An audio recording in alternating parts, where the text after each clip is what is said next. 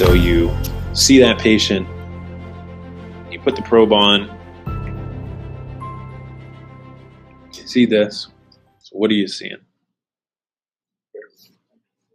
I can't hear. See hydronephrosis. Hydronephrosis, great. That's one.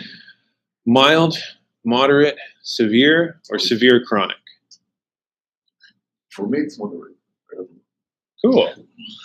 Cool. So those grades are all just by Gestalt. You'll find in textbooks these kinds of descriptions of the progression and a lot of words to kind of describe, well, what's the difference between what you're seeing here and what you're seeing here in terms of like, is it a baby bear's claw? Is it a big adult bear's claw? Are the type of descriptions.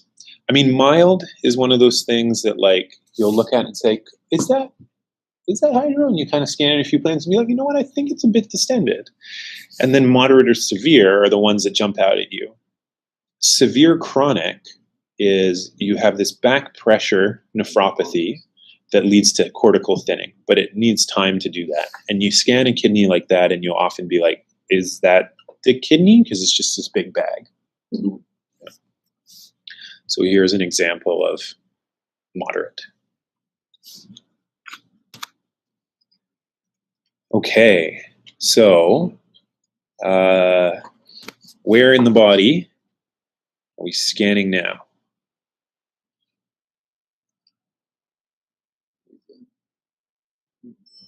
Yeah, urinary bladder here.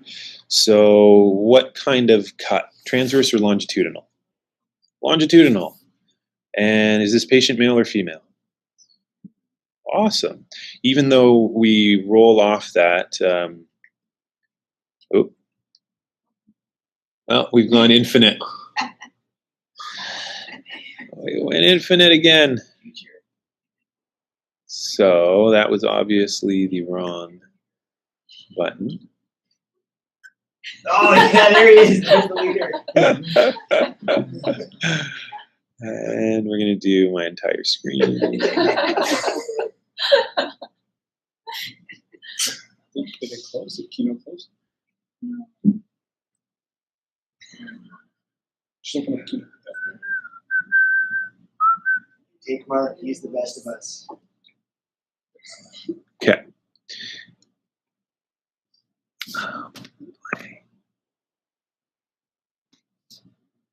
That's what I wanted. I just wanted the ability to control this slider. Okay, vaginal stripe. I'll guess here. You know, either my probe is a little off axis, or the uterus doesn't always run straight up and down. It flops to one side or the other sometimes. So what's this structure here? Rectum, yeah. And here's uterine fundus, right? And I'll let the clip play. And where's the pathology?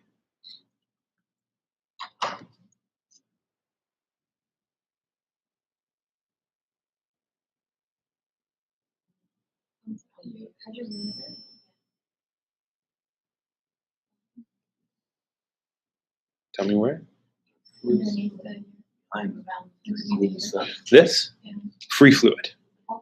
Yeah, so this is the uterus. This is sigmoid coming down to rectum, so it's in the pouch of Douglas. This patient is a 17-year-old female who has a child in the past.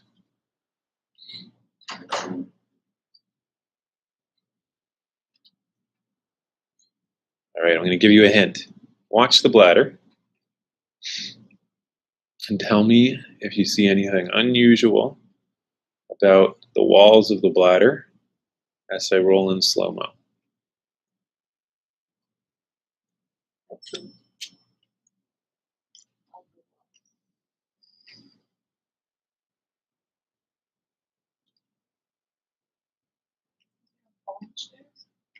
Doesn't it look like a bulge in the back of the bladder?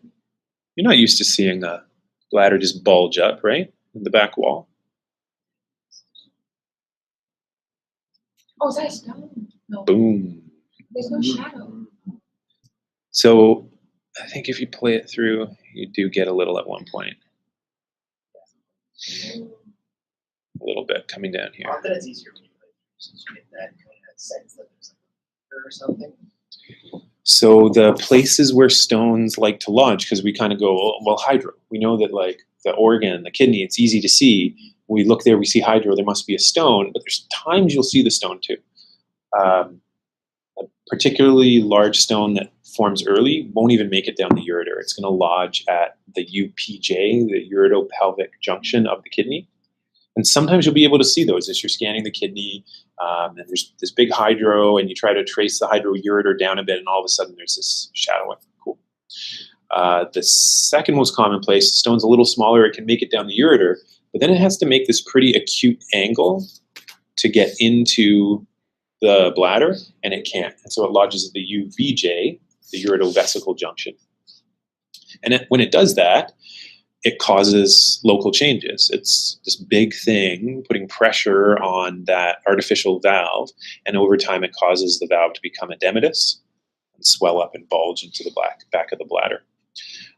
And it's not always that you're going to be able to see this dark tubule coming down behind the bladder. So that's a little hydroureter there. There's the shadow of the stone, and there's the unilateral bladder bulge. I'm going to say unilateral because when we show you images and transverse cuts, you'll see how only one side bulges forward. Now that you know about this idea of the artificial, well, not the artificial valves, the non-anatomic valves at the back of the bladder, when you scan, you will see these two little bumps occasionally. Be like, oh, those are where the ureters are coming in. So does the fluid have something to Do with the stone? I don't think so. I don't think so. When I saw this patient, it was in my fellowship, and she had a 6-month-old infant with her, and she had severe abdomen and flank pain and was vomiting and looked like toxic. And I was like, ruptured ectopic. And I did right upper quadrant and didn't see free fluid, but then I did her pelvic and I saw that free fluid and was like ruptured ectopic. And then her beta came back very quickly negative. What? And went and had another look, and her pain began to evolve to flank, and then we found it. the size of the uterus is larger because she just had a baby. Because she's 17.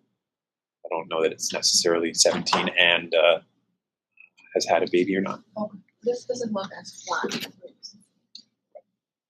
We don't scan many 17-year-old females.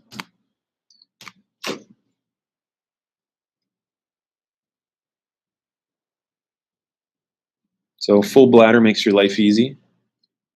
This one's not so full. Uterus curving around.